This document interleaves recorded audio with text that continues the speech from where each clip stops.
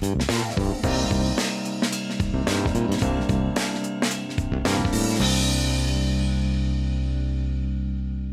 I'm Simon Boyle, the chef founder of Brigade and the Beyond Food Foundation. Today I'm going to show you how to cook my signature dish, Crackling Mackerel, which is all the way from Cornwall. First of all though, the most important thing a chef can use is its knives. So all trainee chefs need to keep their knives sharp. And the only way to really do that is before using them each time, just run this knife through the steel, holding your steel up at a 45-degree angle, and then just running the knife up and down like that. If you do that each time you use it, it's going to remain sharp. So now we're going to fillet the mackerel, and we've got this beautiful mackerel from Cornwall. I know it's fresh because the eyes are nice and clear, the flesh is quite firm to touch. I'm just going to lift up the fin, turn my knife around, which is nice and sharp, and follow the bone all the way down. And it's really as simple as that. I've got a nice fillet. Same on the other side, just turn it over. And again, just follow the bone.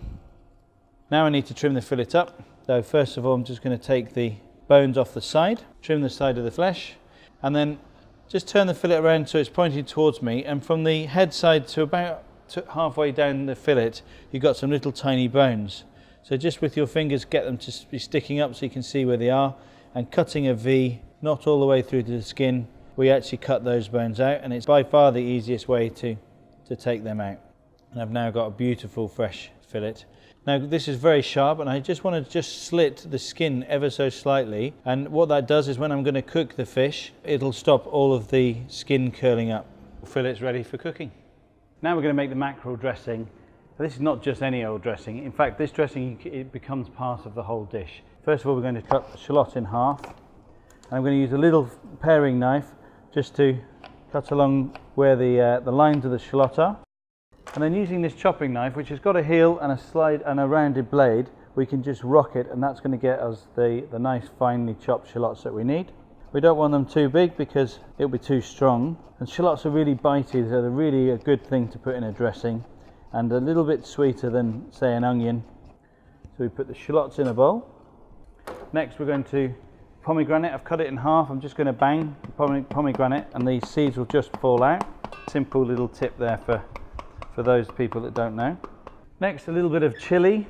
So again, I'm just going to slice the chili in half, take away the seeds. I don't want it really, really hot, that's not the point. It's just to give it a nice little bit of a bite, a little bit of heat, but not too much that it's unpalatable for everybody that's eating it.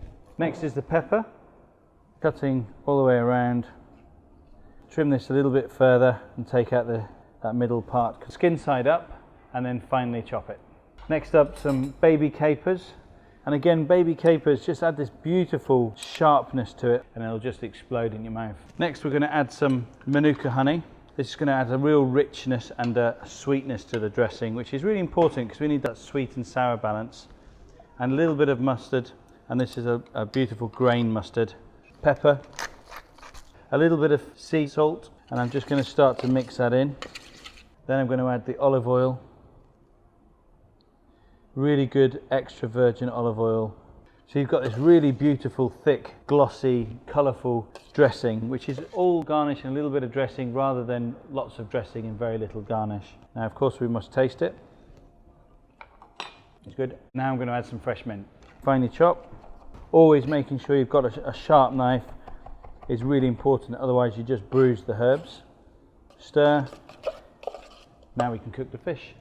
Most chefs will cook mackerel very quickly in a very hot pan. I'm actually going to cook it in a slow pan and nice and cool. So by laying it into a really good non-stick pan with quite a heavy base, straight cold, will allow the fish to, number one, cook more gently, but secondly, as the heat rises through the pan, the oil in the skin of the fish will just be released and render down, thus getting it much more crispier.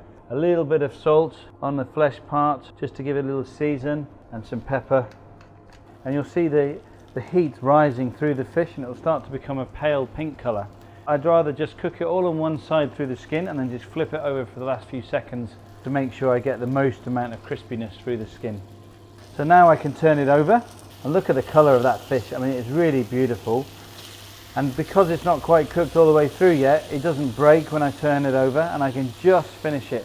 And we don't want it to be thoroughly cooked all the way through because fish is actually known to slightly underdone. And now we're going to plate the mackerel dish.